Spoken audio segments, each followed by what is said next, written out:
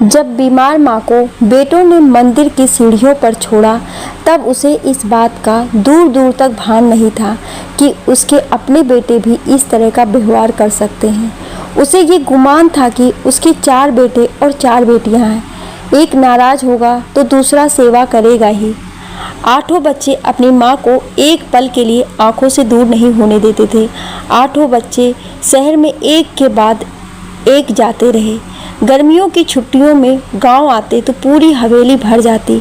तब राम प्यारी अपने पति श्यामलाल चौधरी की शिकायत बच्चों से करती, तुम्हारे बाबूजी पूरे दिन दरबार लगाए रहते हैं, जागीर तो नौकरों के बल पर चल रही है। राम, लक्ष्मण, भरत और शत्रुघ्न जैसे ही बड़े होकर अपने पैरों पर खड़े हुए माँ की बात पर प्रतिक्रिया देने लगे थे। बाबू, माँ बुढ़ी हो गई है, आप अम्मा को काम बताते हैं, अब सबको चाय नाश्ता करा पाना उसके लिए संभव नहीं हो पाता। नौकर चाकर तो चौधरी सुनकर मुस्कुरा देता। उसे अच्छा लगता कि बच्चे अपनी माँ के प्रति आज भी चिंतित रहते हैं, परंतु राम प्यारी हंस देती। उसके चेहरे पर विजय का भाव उभर आता। पति को अपमानित करने का इरादा तो ना रहता, लेकिन संवाद बनाने का एक जरिया यही होता। चौधरी तो बच्चों से ही कम बात करता। श्यामलाल चौधरी के सामने इलाका थर्राता था। तब बच्चों की क्या विषाद की आंखें दिखाएं, परंतु बच्चों को अपने करीब लाने के लिए चौधरी कुछ नरम पड़ गया था। बच्चे भी इस बात को जानते थे। 4 बेटियां तो ब्याह कर अपने घर चली गईं, किंतु छोटी बेटी नेहा गरीब के घर में जा पहुंची थी। उसका पूरा खर्चा तो राम प्यारी ही उठाती। दामाद जब भी आता तो चौधरी की खेती पाती पर वही ध्यान देता। राम इंजीनियर हो गया था, लक्ष्मण कॉलेज में प्रोफेसर हो गया था, भरत और शत्रुघ्न फौज में हो गए थे। बाद में भरत को वापस बुला लिया गया था। खेती का कार्य उसने संभाल लिया था। आखिर चौधरी की जागीर भी तो कोई देखने वाला होना चाहिए। सभी बाल बच्चे वाले हो गए थे। चौधरी सचमुच अपने को दशरथ से कम नहीं समझता था। 4 बेटे समर्पित थे, बहुएं भी बहुत अच्छी मिली थी। आदर्श परिवार काइयों के लिए उदाहरण बनता है, परंतु कुछ दिनों बाद वहाँ भी दीवारों में दरार आने लगती है। जब पूरा परिवार एकत्रित होता तो औरतों के बीच टुन्न फुन्न शुरू हो जाती। चौधरी समझता तो सब था, किंतु राम प्यारी अंदर की बात बाहर आने ही ना देती, वहीं पर सुलटा लेती। सबसे बड़ी बात तो ये होती कि अम्मा इस बहू को ज़्यादा चाहती हैं और इस नाती पर चौधरी का पूरा ध्यान रहता। नेहा को अम्मा परिवार में हिस्सेदार बनाना चाहती थी है। उसके बावजूद राम प्यारी के सामने जब पूरा परिवार होता तो उसे लगता कि इसकी चहचहाहट से पूरी बगिया गुंजायमान हो गई है। वो अक्सर अपने बच्चों को परिंदा कहती। चौधरी से कहती कि पेड़ हरा भरा इसलिए होता है क्योंकि उस पर दूर दूर से परिंदे आकर बसेरा लेते हैं। चौधरी का चचेरा भाई अनिल चौधरी ने शादी नहीं की थी। एक पैर से विकलांग होने से उसने मंदिर पकड़ लिया था। पूजा पाठ करता और श्यामलाल चौधरी के घर में भोजन लेता, मगर राम प्यारी से मजाक भी करता। हालांकि राम प्यारी को माँ जैसे ही मानता, फिर भी कहता, भौजी तूने तो पूरी कबड्डी का दल तैयार कर दिया है। पूरे दिन चाय चाय करते रहते हैं, मेरा तो कान पकने लगता है। सुन अनिल, तू ठहरा निठल्ला, ना बाल और ना बच्चे, तुझके पता परिंदों का सुख। भैया ने तो खेत मुझे बांट दिया है, तू एक परिंदा मुझे दे दे, राम को मुझे दे दे, मेरा भी जीवन धन्य हो जाएगा। एक क्यों, 4 को ले ले, तेरे ही तो हैं। चौधरी के बाद तो तेरी ही हुकूमत इस हवेली में चलती है, इतना असंतोष क्यों पाले हैं। चौधरी जैसा क्रोधी आदमी राम प्यारी के बच्चों को डांट भी ना पाता। चौधरी जब गुस्सा होता तो पेड़ पर बैठे पंछी तक उड़ भागते। दोनों हाथ में बंदूक पकड़कर हवा में गोलियां चलाता, परंतु राम प्यारी के सामने भीगी बिल्ली बन जाता। हालांकि बच्चे जितना पिता को प्यार करते उतना डरते भी। शायद ही कोई बेटा या बेटी चौधरी की गोदी में चढ़े हों। नाती नाती दूर तो मूंछ तक उखाड़ने का प्रयास करते। छाती पर चढ़कर धमा चौकड़ी मचाते। राम प्यारी देखकर ठहाका लगाती। अचानक अनसुईया बहन राम प्यारी को आश्रम से बाहर घुमाने के लिए जब लेकर चली और बाहर की दुनिया जैसे ही देखी, राम प्यारी को 1 साल बाद ये सब इस तरह याद आया जैसे अतीत के सारे पन्ने एक साथ खुलने लगे हों। वह तो पूरे 1 साल तक भाव सुंदर थी, यादें आती और खो जाती।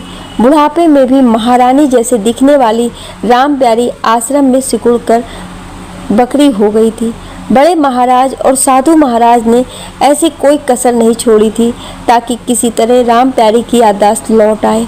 अनसुईया ने बड़ी बहन मानकर उसके गंदे कपड़े साफ किए थे, उसके बालों में तेल लगाकर कंघा फेरी थी, उसके गले में पड़ी सोने की मोटी चैन को कभी नहीं उतारी थी। कई बार गोपाल मंदिर ले गई थी, डॉक्टर, वैद्य और साधु संतों की दवा लाकर दी थी। तब भी राम प्यारी ने अपना मुंह नहीं खोला था। जब बोलती तो राम राम ही कहती। कभी कभी चारों भाइयों का नाम लेकर जोर से रो पड़ती थी। सभी समझते कि राम की अनन्य भक्त बुढ़िया रात दिन उन्हीं में खोई रहती है। राम प्यारी को सब कुछ याद आ गया था। सारी यादें धीरे धीरे ही सही परंतु याद दुरुस्त हो गई थी।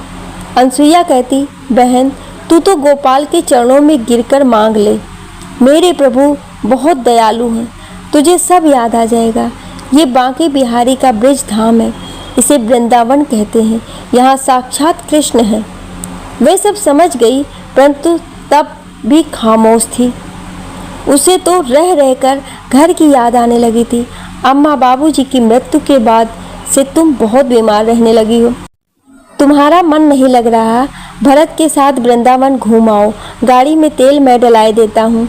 ये बात तो राम ने कहा था। उसका चेहरा सामने आ गया था।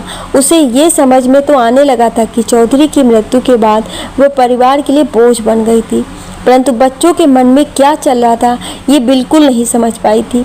तीनों नौकरी से सेवानिवृत्त हो गए थे। राम तो यदा कदा ही गांव आता।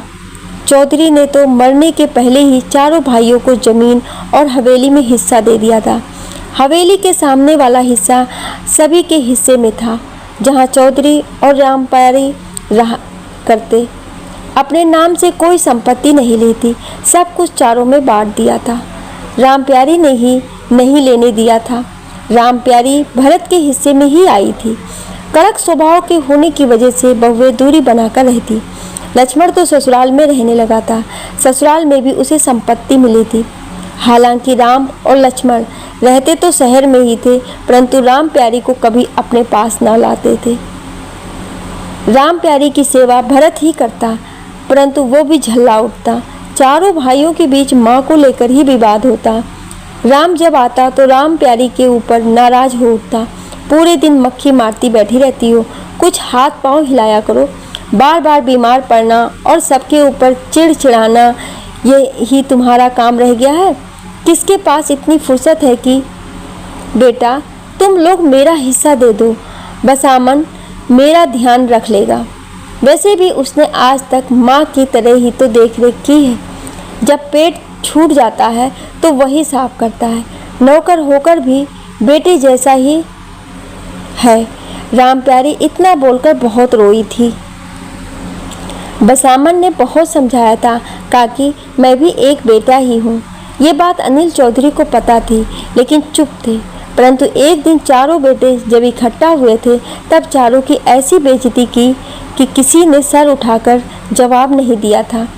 कुछ दिनों के लिए चारों बेटे माँ का ख्याल रखने लगे थे, मगर 2-3 महीने गुजरते ही भरत रोज राम को फ़ोन लगाकर कहता कि अम्मा बीमार है, आज उसने पूरे घर में गंदगी फैला दी है, हम लोगों का जीना हराम है, आप ले जाकर अस्पताल में भर्ती करा दें। मैं बसामन को कुछ दिनों के लिए वहीं भेज देता हूँ।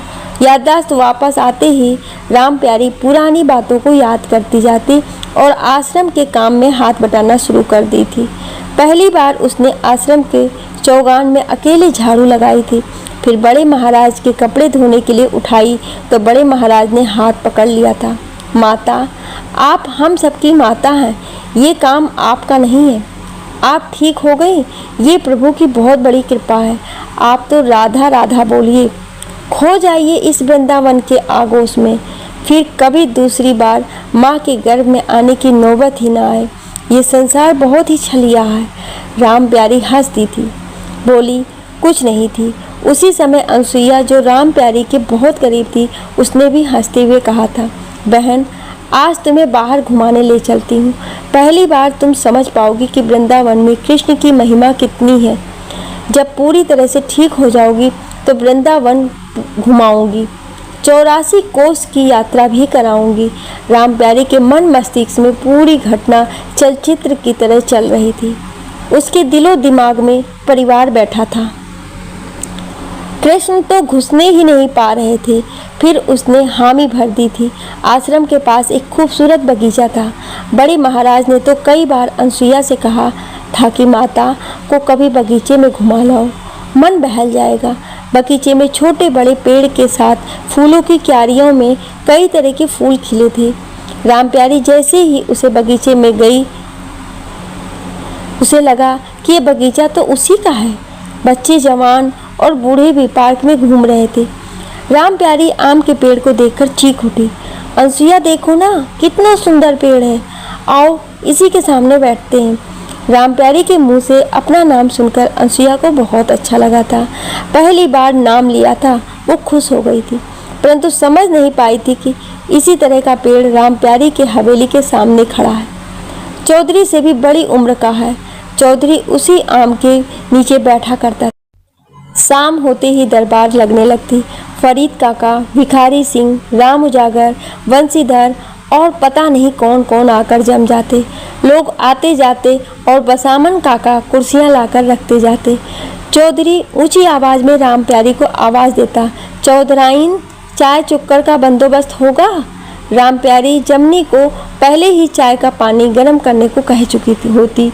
बसामन काका दौड़कर चाय लाते, फिर पहरा उठाकर लाकर सामने रख देते। चाय, पान, तंबाकू और सुपारी एक बार, 2 बार और कभी कभी तो 3 बार तक दौड़ चल जाता।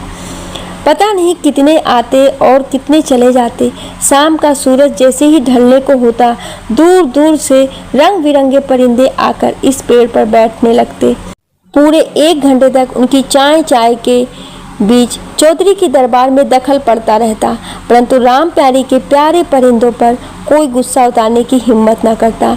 कई बार तो परिंदे लोगों के ऊपर बीट भी कर देते, पर कोई कुछ नहीं बोलता।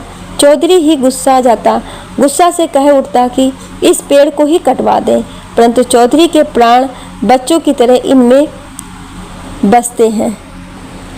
अरे चौधरी, आगे से ऐसी बात मत बोलना, तू कितना भाग्यशाली है रे, तेरे बच्चों की तरह ये भी दिन भर कहीं रहते हैं और शाम होते ही अपने घोंसले में लौट आते हैं। एक मुझे देखना, 10-11 बच्चों का बाप हूँ, घर से जो गए फिर लौट कर फिर ये भी नहीं पता लगाया कि मेरा बाप जिंदा है कि बेटियां भी नहीं आती। फरीद काका बोल उठे थे। राम प्यारी यही सोचती उसे पेड़ को निहार रही थी, बैठी थी। धीरे धीरे उसे पेड़ पर रंग बिरंगे पक्षियों का जमावड़ लगने लगा था। उनकी चहचहाहट से पूरे बगीचे भर गए थे। अनसुईया, बिल्कुल इसी तरह का आम का पेड़ मेरी हवेली के सामने है, इसी तरह परिंदे आते हैं। चौधरी इसी पेड़ के नीचे दरबार लगाया करता था। मैं तो चाय पिला पिला कर परेशान हो जाती। बहन, तुम्हें सब याद आ गया? अनसुईया ने खुश होते हुए पूछा। राम प्यारी पेड़ के सबसे ऊपर बैठे सफ़ेद बगुले की ओर निहारने लगी थी, जो बार बार उसकी ओर निहार रहा था।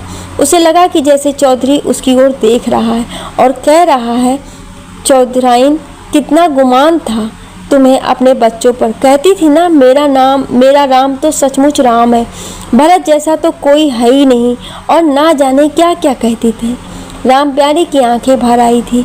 उसे अनसुईया की बातों का ध्यान भी नहीं रहा। अनसुईया बात पकड़ ली थी। क्या हुआ बहन, बच्चों की याद आ रही है? राम प्यारी ने आंखें फेर ली थी, फिर अनसुईया का हाथ पकड़कर चल दी। दूसरे हाथ से आंचल से अपना मुंह ढक ली थी, शायद अपने आंसुओं को छिपा लेना चाह रही थी। बहन, बच्चे याद आ गए। शाम ढल चुकी थी, चारों तरफ बिजली का प्रकाश फैल गया था। अनसुईया ने उल्टे हाथ से उसका दायां हाथ पकड़ ली थी। राम दुलारी कुछ बोल नहीं रही थी, अनसुईया ही बोलने लगी थी। बहन, भूल जा बच्चों को। आज माँ बाप का बोझ उठाने के लिए बहुत कम लोग रह गए हैं। तू वृंदावन का आनंद ले। यहाँ आने के लिए लोग तरसा करते हैं। प्रभु सबको नहीं बुलाते। तेरे कर्म अच्छे रहे होंगे तभी तू यहाँ आई है। अनसुईया बोलती जा रही थी। बहन, मैं तो बाल विधवा थी। मायका और ससुराल दोनों ने मेरी उपेक्षा की थी। मैंने सारे नाते रिश्तेदार तोड़कर गोपाल से अपनी गांठ जोड़ ली थी। वही मेरा पति है। वो तो सबका पति है। तू भी उसे ही अपना बना ले। राम दुलारी को खांसी आ गई थी। मुंह में फंसे बलगम को बाहर करते हुए हल्के से हंस दी थी। फिर बोली थी, अनसुईया, वृंदावन तो हृदय प्रदेश का विषय है। मेरे अंदर तो उतर ही नहीं रहा। आज भी जो परिवार बैठा है बाहर निकल ही नहीं रहा। गोविंद तो जड़ चेतन दोनों जगह विहार करता है। यदि उसकी कृपा ना होती तो मंदिर के चौखट में छोड़ी गई इस बूढ़ी चिड़िया को बड़े महाराज भला क्यों शरण देते। उसकी बात सुनकर अनसुईया आश्चर्यचकित रह गई थी। बड़े सरकार तो यही कहते हैं, जब तक वृंदावन अंदर नहीं उतरेगा तब तक कन्हैया कहाँ मिलेगा। मैं तो पूरे दिन आश्रम के काम में लगी रहती हूँ। अनसुईया ने सारी बातें साधु महाराज यानी छोटे महाराज को बताई तो उन्हें आश्चर्य हुआ। हालांकि उन्होंने तो पहले ही कहा था कि माताजी किसी बड़े घराने से ताल्लुकात रखती हैं। उस वक्त भी उन्होंने यही कहा था कि इनके बच्चे तो इन्हें यहाँ मरने के लिए छोड़ गए थे। माताजी बहुत ही जीवन मंदिर है, तभी आज अपने पैरों पर खड़ी हो पाई है। साधु महाराज की बात अनसुईया सुन रही थी। उन्होंने अनसुईया से पूछा था, माताजी ने बताया नहीं कि उन्हें कौन यहाँ लाकर छोड़ दिया था। अनसुईया क्या बताती। उसने अपने बच्चों की शिकायत तो कभी किसी से की नहीं थी, चौधरी से भी नहीं। चौधरी का परिवार एक आदर्श परिवार की श्रेणी में गिना जाता था। 100-200 गांव के बीच एक ही परिवार था जो रईस माना जाता था, जिसके घर में कभी 4-4 हाथियां पाले जाते थे। चौधरी का बाप घेड़े की सवारी किया करता था। जिधर से निकल जाए रेड़ा खिंच जाता था। बाप की विरासत को जीवन लाल ने बर्बाद करके फिर संभाल लिया था। सिया दुलारी का उसके जीवन में प्रवेश होते ही जागीर चमक गई थी। सिया दुलारी ने जीवन लाल चौधरी को जागीरदारी सिखा दी थी। उसे समाज में एक अच्छे इंसान के रूप में प्रतिस्थापित कर दी थी। जीने का सलीका सिखा दी थी। परंतु चौधरी के मरते ही बच्चों ने ऐसा तांडव मचा दिया कि चूल्हे तो बटे ही दिल भी बट गया। माँ सांझे की हो गई। उस भरे पूरे परिवार में राम प्यारी अकेली हो गई। यदि बसामन काका उसकी देखभाल न करते तो पहले ही मर गई होती।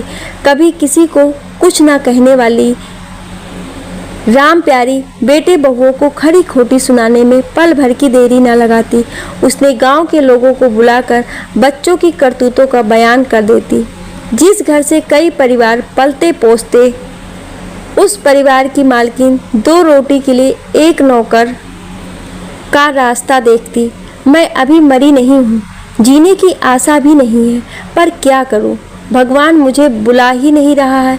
अम्मा, तुम बहुत बीमार रहती हो, राम ने कहा और आगे की बात बोलते बोलते रुक गया था। अब मरने का समय आ गया है बेटा। हम सब किराए के मकान में रहने वाले परिंदे हैं। एक दिन यहाँ से उड़ना ही है। यदि मेरे इलाज के लिए तुम्हारे पास पैसे नहीं है तो अभी तो मेरे खाते में ही इतने रुपए हैं कि पूरी घर का खर्च चल सकता है। मुझे किसी अच्छे अस्पताल में दिखा दो। मेरे पास जो बचा है वो तो तुम्ही लोगों का है। ठीक है अम्मा, मैं कल दिल्ली में डॉक्टर इंदर जी से बात करके समय ले लेता हूँ। तुम भरत के साथ गाड़ी में चली आओ। पहले जाकर वृंदावन में श्री कृष्ण के दर्शन कर लो। तुम्हारी इच्छा भी पूरी हो जाएगी और वहीं से दिल्ली में डॉक्टर से मिलाना। बेटा, अभी तो चारों धाम की पूजा करनी है। दिल्ली नहीं, यहीं कहीं किसी बड़े डॉक्टर को दिखा दो। लक्ष्मण की दवा काम नहीं कर रही। अभी तो मैं चल फिर भी नहीं पा रही हूँ। नहीं अम्मा, बाबूजी को भी वृंदावन नहीं ले जा पाए थे। एसी कार में जाना है और लौट आना है। 3-4 दिन बाद जब आओगी तो चारों धाम की पूजा और भागवत भी तुम्हें सुनाना है। कई सालों से भागवत नहीं हुई है। राम की बात में राम प्यारी को दम दिखा। आए दिन उसका पेट छूट जाता था। बसामन काका यदि साफ ना करे तो उसी गंदगी में पड़ी रहे। दिल्ली में राम का परिचित डॉक्टर है। कहते हैं वो मरे आदमी को जिंदा कर देता है। फिर उसे लगा कि सालों से वे वृंदावन नहीं गई। चौधरी जब तक था तो अपने कार में कहाँ कहाँ नहीं ले गया। आखिर राम ने सोचा तो सही। यद्यपि उसके पैर अभी ठीक से जमीन पर पड़ नहीं रहे थे। एक लंबी बीमारी के बाद उठी थी। दवा तो राम करा रहा था, लेकिन व्यक्तिगत सेवा तो बसामन काका ही कर रहा था। वो तैयार हो गई थी। वो कार में लेट गई थी। उसे पता ही नहीं चला था कि वो कब वृंदावन पहुंच गई थी। उसे इतना याद था कि भरत ने हाथ पकड़कर गोपाल मंदिर के अंदर ले जाकर बैठाया था। राम प्यारी इतनी थकी थी कि दीवार के सहारे टिककर आंख मूंद ली थी। जब उसकी नींद खुली तो ना वहाँ भरत था और न ड्राइवर सज्जाद। वो जोर जोर से चिल्लाने लगी थी, भरत भरत। मंदिर बंद होने का समय हो गया था। लोग जा चुके थे। तभी बड़े महाराज आए और राधे राधे कहते हुए बोले उठे, आज फिर किसी ने माँ को बता दिया।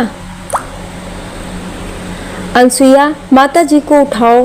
और राम प्यारी को इतना ही याद था। उसने सारा वृतांत बड़े महाराज को सुना दी थी। कुछ भी नहीं छिपाया था। बड़े महाराज ने ही उसे पुनः जिंदा किया था। यह चिकित्सा न कराते तो राम प्यारी बड़े महाराज के चरणों में गिरकर बोल उठी थी, हे प्रभु, ये काया आपकी कृपा से बची है। बस एक बार मुझे मेरे परिवार वालों से मिलवा दीजिए। मैं जानना चाहती हूँ कि मेरे बेटों ने मेरे साथ ऐसा क्यों किया। माता, लोग तो वृंदावन में आने के लिए तप करते हैं। कन्हैया ने तो तुम्हें अपने आप बुला लिया। अब क्यों फिर उसी दरख्त पे लौटना चाहती हो। उनका कर्म उन पर छोड़ो माता, तुम अपना देखो। पेड़ जब सूखने लगता है तो उस पर परिंदे भी नहीं बैठते। राम प्यारी का गला फूट पड़ा था। बड़े महाराज ने उसे अपने बगल से बैठा लिया था। राम प्यारी ने आगे बोली थी, आप साक्षात ईश्वर स्वरूप हैं बड़े सरकार। जीवन की इस संध्या बेला पर तो परिंदे भी अपने पुराने घोंसलों को नहीं छोड़ते। एक बार मैं अपने चारों बेटों से मिलना चाहती हूँ। उनके चेहरे का भाव पढ़ना चाहती हूँ। जानना चाहती हूँ कि मैंने ऐसा कौन सा अपराध किया था कि तुम लोगों ने घर से बेघर कर दिया। बड़े महाराज ने बहुत समझाया, कई तर्क दिया, लेकिन राम प्यारी ने एक ही बात की रट लगा दी थी, एक बार मिलने की व्यवस्था कर दीजिए महाराज। मैं लौटकर यहीं आऊँगी। बिना मिले अंदर बैठा परिवार बाहर नहीं निकलेगा। जब तक वो नहीं निकलेगा ये वृंदावन अंदर प्रवेश कर ही नहीं सकता। बड़े महाराज राम प्यारी की बात से सहमत हो गए थे। उसके अंदर जो संसार है इतनी जल्दी उसे छोड़ने वाला नहीं है। उन्होंने अनसुईया और साधु महाराज के साथ राम प्यारी को फिर कार से वापस भेजने की व्यवस्था कर दी थी। अनसुईया को पूरा विश्वास था कि बहन अब लौटकर नहीं आने वाली है। साधु महाराज इससे सहमत नहीं थे। उनका कहना था कि राम प्यारी लौटेगी। फिर भी तीनों चल दिए थे। पूरे रास्ते राम प्यारी खामोश थी, लेकिन अनसुईया के बार बार पूछने पर बोल उठी थी, अनसुईया, मैं जा कहाँ रही हूँ जो नहीं लौटूंगी।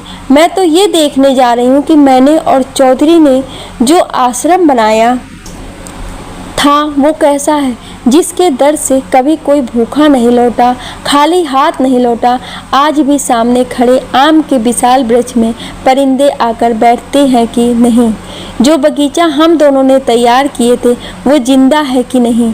1 साल तो बहुत होता है ना। कार सुबह 5 बजे चली थी।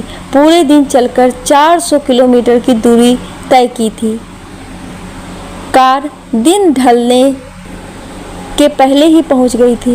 रास्ते के 2 आश्रम में आधा घंटे के लिए कार रुकी थी, लेकिन कार जैसे ही गांव की सीमा में घुसी तो राम प्यारी ने दोनों को अपनी जागीर दिखानी शुरू कर दी थी।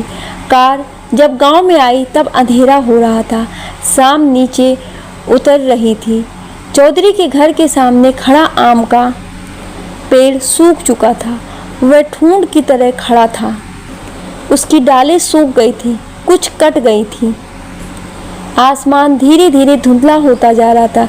चौधरी के घर के सामने ही कार आकर रुकी थी। साधु महाराज कार से नीचे उतरे तो बसामन काका कार की ओर दौड़ते हुए आए थे। फिर दूर खेल रहे बच्चे भी आ गए थे। बसामन काका ने साधु महाराज को देखते ही बोल उठे थे, प्रणाम महाराज, किसी का घर ढूंढ रहे हैं? हाँ बच्चा, रात हो गई है। किसी ने बताया था कि भीखमपुर में चौधरी साहब का घर है। रात में रुकने का बंदोबस्त चौधरी साहब करते हैं। उनका घर कहाँ है? राम प्यारी ने बसामन काका की ओर देखा था। बहुत सेवा की थी। फिर उसने अपने घर की ओर देखा था। घर उजड़ा उजड़ा दिखा था, कोई चहल पहल नहीं थी। दरवाजे पर एक आदमी नहीं था। अचानक राम प्यारी की नज़र भरत पर पड़ी। भरत गाय की बछिया पकड़े गौशाला की ओर जाता दिखा। राम प्यारी की हूक निकल गई थी। बसामन काका निरुत्तर थे। साधु महाराज ने फिर कहा था, बेटा बहुत साल पहले आया था। ऐसा लगता है कि यही मकान है, वही पेड़ है। चौधरी साहब के यहाँ रुका था। एक माता जी थी, बड़ी सेवा की थी। उन्हीं का घर है? जी महाराज, ये उन्हीं का घर है। बसामन काका ने गहरी सांस लेते हुए कहा था। फिर खुद ही बोल उठा था, चौधरी साहब को गुजरे कई साल हो गए। राम राम, बड़े ही नेक इंसान थे। खैर माता जी तो होंगी? साधु महाराज ने पूछा। माता जी भी अब नहीं रही। 1 साल पहले ही बसामन काका की आंखें बरबस बह आई थी। उसी समय एक कार आकर फाटक के अंदर गई। साधु महाराज पूछ बैठे, ये कौन है? चौधरी साहब के बड़े बेटे राम हैं। मैं उनसे बात करता हूँ। आप लोगों के रुकने का बंदोबस्त करता हूँ। बसामन काका पीछे मुड़े तो साधु महाराज बोल उठे, बेटा मेरे साथ 2 साध्वी हैं, सयानी हैं। एक तो बीमार है, कहीं कुछ खाती नहीं है। रास्ता जंगली है, इसीलिए रात यहीं रुकना चाहते हैं। साधु महाराज की बात सुनकर राम प्यारी ने अनसुईया की ओर देखा। अनसुईया ने उसे हाथ से इशारा किया। तब तक राम स्वयं बाहर आ गया था। उसने ऊंची आवाज़ में बसामन काका को बोला, अरे काका, जानवरों को चारा डाल दिया है? गाय रंभा रही है। तुम यहाँ क्या कर रहे हो? राम भैया, यहाँ पर कुछ संत आए हैं, रात में रुकने के लिए जगह तलाश रहे हैं। चौधरी काका का नाम लेकर यहाँ आए हैं। राम ने गौर से उन्हें देखा। कार में बैठी महिलाओं को देखकर उसे कुछ शंका हुई। उसने पूछ ही लिया, आप लोग कौन हैं? हम परिंदे हैं बेटा, कभी यहाँ तो कभी वहाँ। वृंदावन लौट रहे थे, रास्ता अच्छा नहीं है, रात हो गई है, सोचा रात इसी गांव में गुजर जाए, सुबह उठकर चले जाएंगे। साधु महाराज की बात पूरी हुई ही थी, तभी राम बोल उठा था, साधु संत तो भगवान होते हैं महाराज। मेरे माता पिता तो उनकी बहुत सेवा करते थे। अब तो दोनों नहीं रहे। मैं आप लोगों को पंचायत भवन में रुकाए देता हूँ, कोई तकलीफ नहीं होगी। तब तक लक्ष्मण भी अपनी कार से आ गया था। उसने राम को खड़ा देखा तो अंदर चला गया। उसने पूछना ही चाहा, तब तक बाहर का बल्ब जल उठा था। अपने मरने की बात सुनकर राम प्यारी ने मुंह में आंचल ठूंस लिया था। बस वह ये तो जानने आई थी कि उसके बच्चे उसके बारे में क्या सोच रहे हैं। अनसुईया कार से बाहर निकल आई थी। उसने राम को संबोधित करते हुए पूछ बैठी थी, बेटा चौधरी साहब के हम मेहमान रह चुके हैं। राम प्यारी माता जी थी, 7 दिन तक रो के रखी थी पंचायत से। अच्छा तो तुम्हारा ये घर है, आप इस गांव में मेहमान बनकर आई हैं, ये जिम्मेवारी मेरी है, आप परेशान ना हो। चारों भाइयों के बीच बंटवारा हो जाने से सारा घर अस्त व्यस्त है, इसलिए ये तो सही बात है बेटा, माता जी होती तो कुछ व्यवस्था बनाती।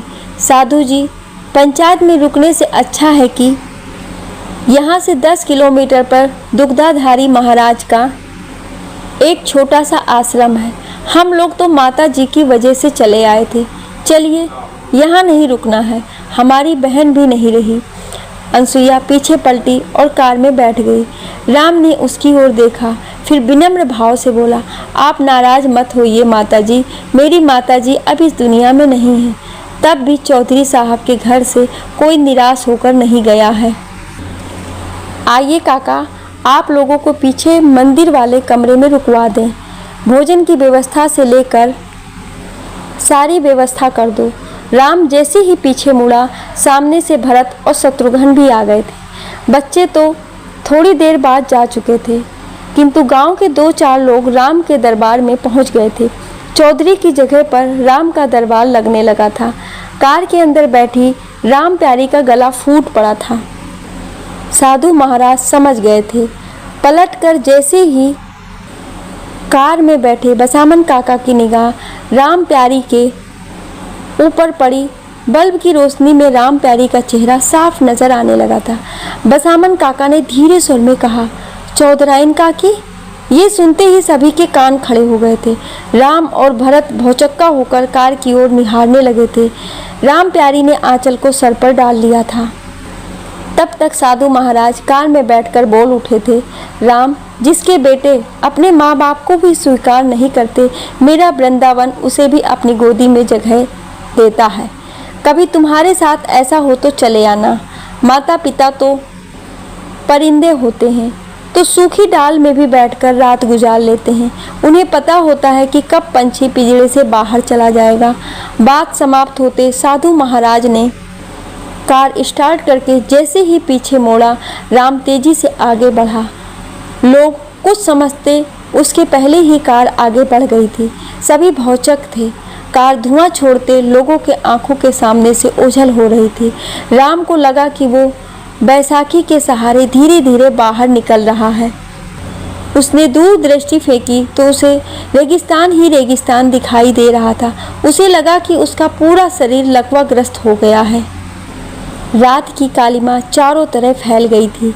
नीम के पेड़ पर बैठा कौवा उड़ा और हवेली के बाहर खड़े इमली के पेड़ पर जा बैठा था, जहां पहले से ही कुछ परिंदे आसन जमाए बैठे थे। चौधरी की हवेली अचानक वीरान लगने लगी थी। आसमान में बादलों का समूह इकट्ठा होने लगा था। फिर एकाएक तूफान की आहट ने सबको डरा दिया था। एक भयंकर तूफान उठ खड़ा हुआ था। सारे लोग अंदर की ओर भाग रहे थे। एक अकेला बसामन काका दूर जाती कार के पीछे वाली लाइट को खड़ा निहार रहा था। हवेली के सामने खड़ा ठूंठ पेड़ अर कर गिर पड़ा था। बसामन काका तब भी वहीं पर खड़े अंधेरे में दूर तक देखना चाह रहा था। उसके मुंह से अचानक निकल गया था, माँ, तुझे नहीं आना चाहिए था। क्यों आ गई माँ? बहुत मुश्किल से भूल पाया था, आज फिर। राम प्यारी जिस परिवार के मुंह में खिंची यहाँ चली आई थी, अपने बेटों के मुंह से अपनी मौत की खबर सुनकर उनके मन से परिवार का मुंह निकल गया था। अब सिर्फ बची थी तो कृष्ण भक्ति। वो कृष्ण में अपना मन लगाकर इस दुनिया से मुक्ति पा लेना चाहती थी। आपको ये कहानी कैसी लगी, आप मुझे अपनी राय कमेंट बॉक्स में ज़रूर दीजिएगा और ऐसी ही कहानियाँ सुनने के लिए हमें सब्सक्राइब ज़रूर करें। Thank you.